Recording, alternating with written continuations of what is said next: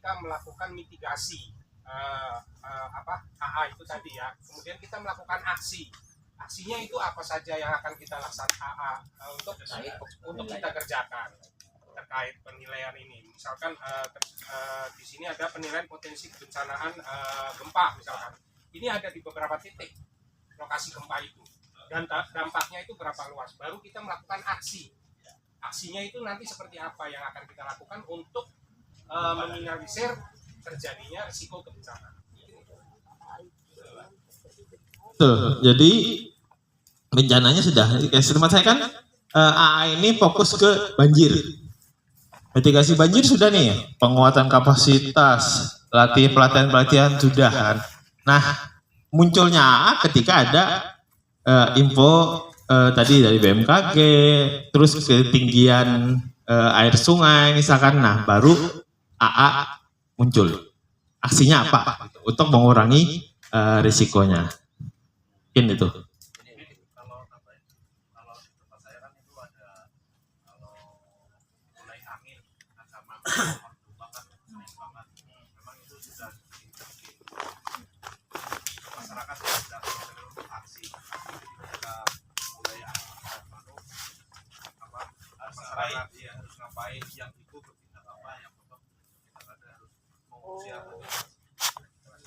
itu bagian dari aksi antisipasi. Betul. Memang pohonnya belum tumbang tapi mereka sudah berkumpul dan kita sudah bikin pemetaan itu sebelum Sifatnya sudah bikin pemetaan pohon-pohon yang ini rawan tumbang, ditandain gitu ya, dikasih map. selalu berdiri dengan Ya dikit mas coba. Ya siapa? Mungkin saya belum kenal, kami dari Sumatera Barat, saya dari Bukit Tinggi mas, tadi nggak di absen mas Pak. Saya tunggu dari absen rupanya. Saya absen sendiri mas ya, saya dari Bukit Tinggi Sumatera Barat. Jadi mungkin AA ini kalau kita amati dari tadi, ternyata AA itu lebih banyak actionnya. Contohnya setelah kita dapat mitigasi segala macam informasi, apa yang harus kita lakukan yang akan ujung-ujungnya mengeluarkan uang. Itu sebetulnya ya. Nah jadi terlepas dari pikiran kita betul jadi satu kesatuan dengan mitigasi dengan segala macam perencanaan, tapi ujung-ujungnya yang tidak bisa kita danai dengan PMI itu bisa sampai NPRB apa segala macam yang terkait di dalam untuk melaksanakan program AA tadi. Mungkin kira-kira begitu. Ya, tapi tidak semua aksi antisipatif memerlukan uang, gitu ya. Bagaimana kita harus aksinya apa? Iya, betul. Aksinya seperti apa? Jangan kita harus arahkan pikiran uang. Iya, betul. Seperti apa? Hanya plus saja mungkin. Iya. Tapi kalau memang perlu peningkatan lebih tinggi lagi, kita perlu uang ya. Ya harus. Atau kita tempat penyimpanan panen atau irigasinya harus diperbaiki. Tapi kalau hanya plus solusi kan tidak perlu uang. Iya. Jadi kita kembalikan lagi di bidang luas. Tidak semua AA yang harus mengeluarkan uang. Betul. Jadi kemarin di tempat saya juga saat diskusi gini, kenapa kita nggak bikin lumbung padi yang untuk cover satu desa dan sudah tinggi. Nah kemarin kita bahas kalau kita bikin itu lebih tinggi untuk tercover, mungkin itu masuknya tadi ke mitigasi gitu kan, karena sudah permanen, bukan aksi dini yang cepat gitu, karena kalau sudah permanen gitu. Itu kemarin. Dan itu kan harusnya bisa dimasukin dalam misalnya dana desa gitu, tanpa memang harus ada potensi pembiayaan lain gitu, karena itu dari jauh-jauh hari. Kalau resiko banjirnya selalu ada, itu kan berarti Bapak Ibu harus mempertimbangkan itu dalam perencanaan tahunan ke tahunan kan. Kalau dia terus terjadi, tapi betul. Karena itu yang harus kita bedakan. Kalau memang ancamannya kita tahunan atau per 2 tahunan, berarti resiko itu akan tetap ada. Kecuali kalau misalnya kita bilang, oke, ini nanti topografinya atau drainase airnya segala macam. Tapi itu juga bisa lewat sumber pendanaan lain. Kalau untuk AA sendiri, kata kuncinya adalah perakiraan. Dan perakiraan itu kan berubah-ubah ya. Waktunya juga kita tidak dapat prediksi. Mungkin apalagi dengan perubahan iklim. Biasanya kalau musim tanam kapan? Desember musim tanam. Sekarang Ibu musim tanamnya kapan? Kalau di daerah kami itu karena ada sawah irigasi, biasanya 3 kali. Maret, Januari, terus Juni, sama Oktober sekitar gitu. Dulu sama sekarang ada perubahan bergesekan musim hujan juga. Nah, karena musimnya bergeser, artinya apa yang diperkirakan oleh BMKG juga bisa bergeser karena mereka tidak bisa mengontrol alam, kan? Oleh sebab itu, perakiraannya juga apa yang informasi yang bisa di BMKG walaupun belum tentu tepat, belum tentu terjadi gitu. Misalnya dia rencanakan hujan lebat, ternyata hujan lebatnya cuma berapa jam gitu. Dia bilang semalaman ternyata 3 jam, 4 jam, tapi langsung besar dan langsung banjir. Kita tidak tahu karena kita tidak bisa mengontrol alam kan. Tapi yang bisa kita lakukan adalah memprediksi dan bersiap-siap. Gitu. Itu adalah tugas kita, masyarakat dan PMI juga. Ya, sedikit nih nambahan kalau masalah perakiraan. Jadi saya nggak ngerti juga nih. Kita cuma dengar kemarin Mas Jeremy. Jadi pembukaan dijadwalkan pagi. Namun teman-teman pusat lihat di BMKG pagi itu hujan, maka digeser ke siang. Ternyata pagi hujan kan, siang juga agak hujan walaupun nggak terlalu lebat. Itu salah satu aksi ini tuh. Antisipasi. Rencananya pagi dibuka, tapi teman-teman itu cek di BMKG pagi itu hujan, maka digeser ke siang agak sore. Ternyata sore masih hujan walaupun tidak selebat pagi. Hal seperti itu mungkin gambaran kecilnya gitu. Mungkin ibarat sebuah lagu, AA ini intronya ya Mas. Kan sudah masuk lagunya tapi dia masih intro. Bisa Bu, bisa. Belum lagi Bapak Ibu ketika kita berbicara untuk curah hujan misalnya kayak gitu. Curah hujan ini BMKG kan punya banyak platform. Tahu Signatur? Iya. Tahu? Pernah dengar. Pernah dengar? Pernah cek? Tidak tahu? Taunya rokok. Taunya rokok. Merek rokok. Iya. Tahu Nowcasting? Casting tahu, naunya enggak. Casting enggak? Biasa casting. BNPB punya website namanya pencegahan, dashboard pencegahan, tahu? Kapasitas meteorologi kita BMKG itu sudah sangat tinggi gitu. Dia bisa memperkirakan dari perakiraan musiman dari 6 bulan ke 4 bulan ke 3 bulan ke 2 bulan, terus setiap bulan dia perbaharui. Lalu dia ada yang prediksinya itu sampai 6 hari ke depan. Lalu dia bisa kita lihat, kita pantau terus menerus sampai nowcasting itu minus 6 jam, minus 6 jam. Jadi dia bisa tahu nih, bukan tahu ya, dia bisa prediksi cuaca, curah hujan, temperatur dalam 6 jam ke depan gitu. Banyak sekali informasi perakiraan dan platform yang digunakan oleh BMKG. Kan kita sebagai masyarakat, jangankan sebagai masyarakat, PMI yang di dalamnya udah banyak sekali orang-orang teknis, itu pun susah memahami. Jadi yang PMI lakukan adalah bagaimana caranya mengartikan informasi perakiraan itu, karena mereka kan menyebarkan perakiraan ya, itu supaya bisa dilakukan, dicerna, lalu kita aksikan di masyarakat sebelum bencana banjir atau kekeringan itu terjadi, seperti itu.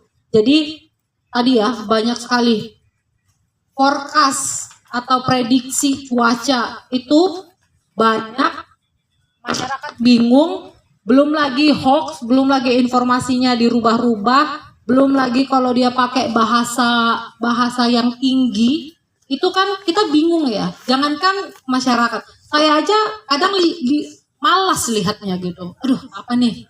Udah saya biarin. Itu termasuk kemalasan saya, apalagi masyarakat yang terus-menerus menghadapi curah hujan dan banjir ini. Oke, sebelum kita masuk ke kerja kelompok, karena timbul kerugian yang dihasilkan, timbul korban, timbul kerusakan dan sebagainya. Namun bahaya alam itu tetap terjadi, apalagi dengan isu perubahan iklim yang saat ini juga sedang terjadi. Nah, berbicara mitigasi, mungkin ini berkorelasi dengan pencegahan. Karena kalau ngomongin pencegahan adalah sebuah rangkaian proses untuk mengurangi bahaya alam yang terjadi atau mungkin menghilangkan. Tanah longsor, di atas ada batuan, curah hujan tinggi. Mitigasinya apa? Kita bisa bikin tahan sehingga batu tidak turun, atau kita hancurkan batunya yang di atas sehingga tidak menimpa di bagian rumah yang ada di bawah. Seperti itu. Namun ketika bicara kesiapsiagaan, itu adalah rangkaian untuk upaya mengurangi risiko yang ditimbulkan.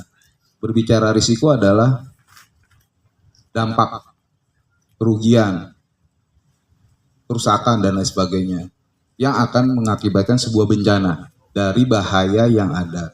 Seperti itu. Jadi mungkin kita harus sepakati bersama ya terminologi dan juga konsep dari kebencanaan itu sendiri sehingga kita nggak pusing nih apa lagi aksi antisipasi nih. Padahal ini cuma hanya bagian kecil aja sih yang memang tujuannya ya tujuan akhirnya untuk ngurangin risiko. Hari ini Bapak menerima informasi, sekarang hari apa ya? Rabu. Hari Minggu akan ada hujan lebat. Kita nggak usah ngomongin 110 mm di atas rata-rata atau apa.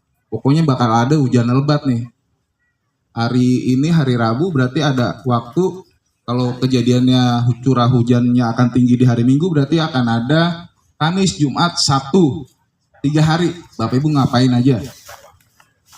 Kalau tadi ada dijelaskan mau bersihin got, nutupin kalau yang punya tambak nih pengusaha tambak udang, nutupin apakah udangnya nggak keluar, atau mungkin Bapak Ibu bisa bersih-bersih, mengangkut barang-barang berharga, paling tidak yang seperti itu dulu.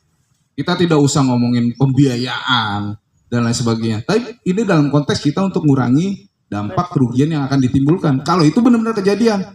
Tapi gimana kalau pas hari Minggu ternyata panas terik? Ya paling tidak kita sudah berusaha seperti itu. Sudah ada upaya untuk mengurangi kerugian, kerusakan dan lain sebagainya. Jadi saya pikir itu ya ngomongin mitigasi, ngomongin pencegahan, gimana ngurangin bahaya alam yang ada itu bisa kita kurangin atau kita hilangkan. Rob, mitigasi apa? Ya kita tanam pohon.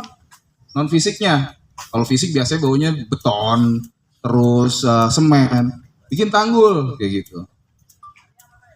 Penyadaran masyarakat bisa nggak masuk? Bisa. Yang akhirnya apa? Relokasi. Teman-teman rumah direlokasi bahwa ini sudah tidak aman untuk ditinggali karena akan ada bahaya rob. Seperti itu. Dan masing-masing karakter bahaya juga akan berbeda penanganannya. Kekeringan, typhoon, kalau di sini belum ada typhoon ya Kak Mbak Teti ya, cuman angin puting beliung atau angin kencang seperti itu, badai, terus ya kurang lebih seperti itu.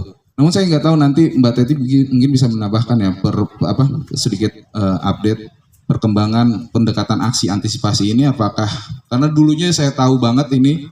Di 2018 ini memang fokus untuk bahaya yang disebabkan oleh hidrometeorologi karena perubahan iklim. Bahaya hidrometeorologi itu macam-macamnya ada banjir, angin kencang, longsor, keringan dan lain sebagainya. Namun sepertinya di nasional saat ini sudah ada kelompok kerja yang beranggotakan beberapa organisasi lembaga salah satunya PMI mendiskusikan apakah aksi antisipasi ini juga bisa menyasar ke bahaya lainnya, kurang lebih seperti itu. Mungkin nanti Mbak Teti bisa menambahkan. Mungkin itu sih, iya. Dari saya, makasih. Kayaknya udah nunggu kuis Bapak Ibu. Terima kasih Mas. Iya, jadi sebenarnya itu ya tadi saling melengkapi ya dalam kesiapsiagaan itu.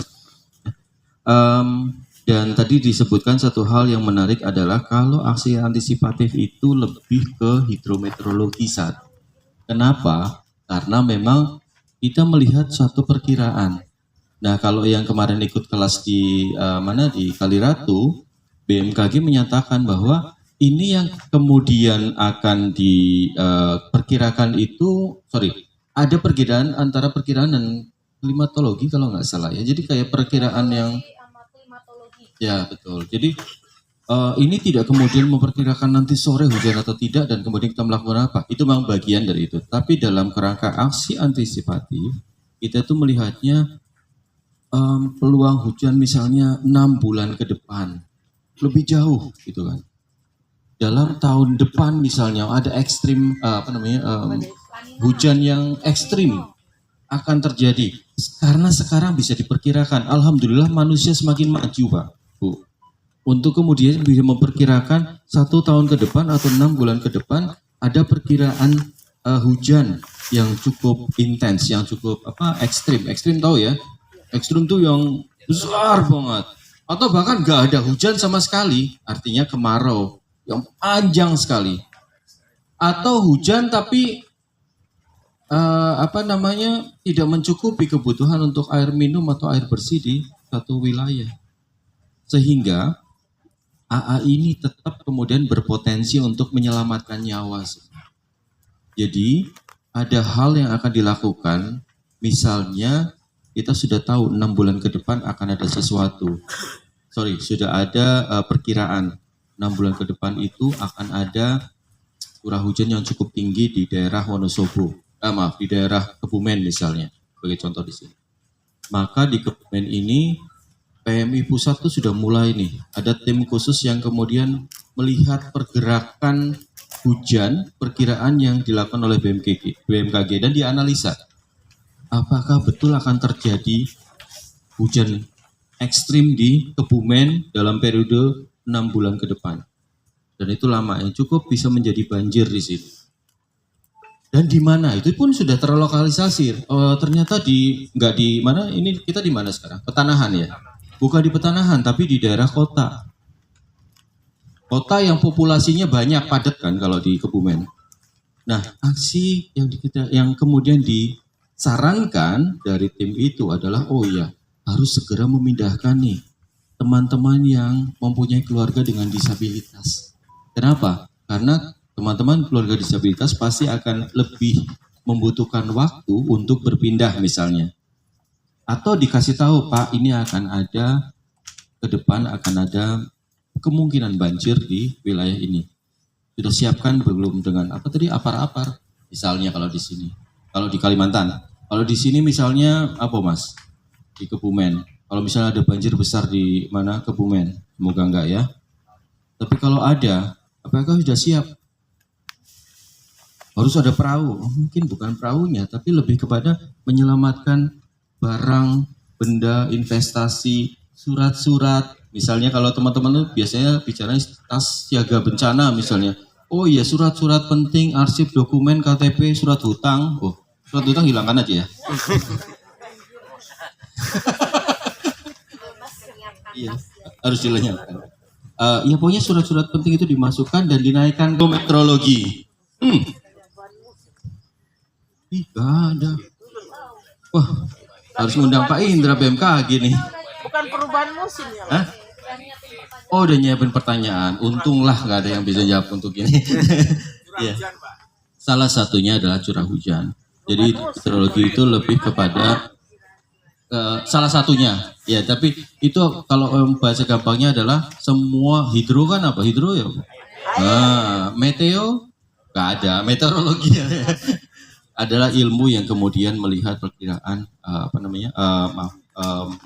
analisa tentang banyak hal yang terkait dengan tadi situasi air, kondisi air dan sebagainya. Baik hujan maupun semua hal yang berpotensi kemudian diakibatkan oleh air. Gitu.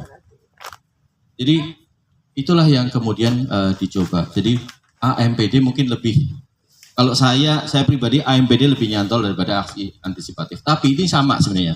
Aksi merespon peringatan dini. Jadi kalau dini sudah diperingatkan, kalau peringatan dini sudah dikeluarkan oleh BMKG, apa yang akan kita lakukan?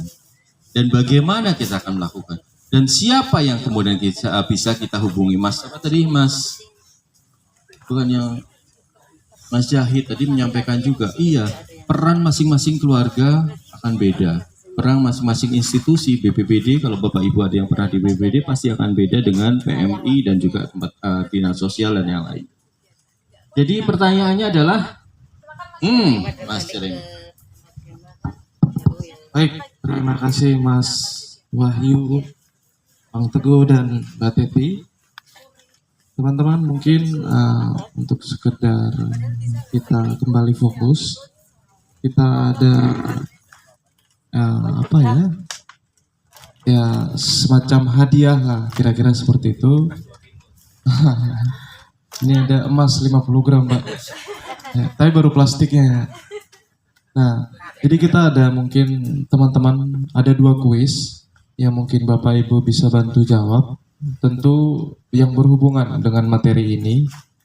Nah, mungkin ada kuis yang pertama yang tadi kita sepakati adalah siapa yang mau dengan seksama dan cukup detail menjelaskan apa itu aksi antisipasi. Angkat tangan. Dalam konteks Indonesia atau aksi merespon peringatan dini BNPB nomor 2 tahun ya. Gitu loh Pak. Nama saya Ali Basori dari Jakarta Selatan. Ya. Pak, saya tinggal di Jaksel, Pak. Oh iya. Iya. Oh sesama anak Jaksel. Dalam konteks Indonesia atau aksi merespon peringatan dini BNPB nomor 2 tahun 2024 pra bencana, bencana, pasca bencana. Baik Pak. Ada yang lebih detail? Dengan kata-kata Bapak sendiri. Coba, Apa itu? coba sini. Oke, silakan. Udah. Baik, terima kasih. Mungkin pemahaman secara masyarakat saja. Itu mungkin dalam bahasa masyarakat itu adalah perencanaan jangka panjang yang disiapkan masyarakat untuk kejadian yang cukup lama. Misalnya, contohnya di tempatnya ada gunung berapi, itu tanda alamnya sudah ada. Tapi bagaimana persiapan masyarakat jangka panjang? Mungkin kita harus visualisasi, evakuasi, harus pencegahan lahar dingin dan segala macamnya. Itu kita sampaikan ke masyarakat secara bahasa masyarakat.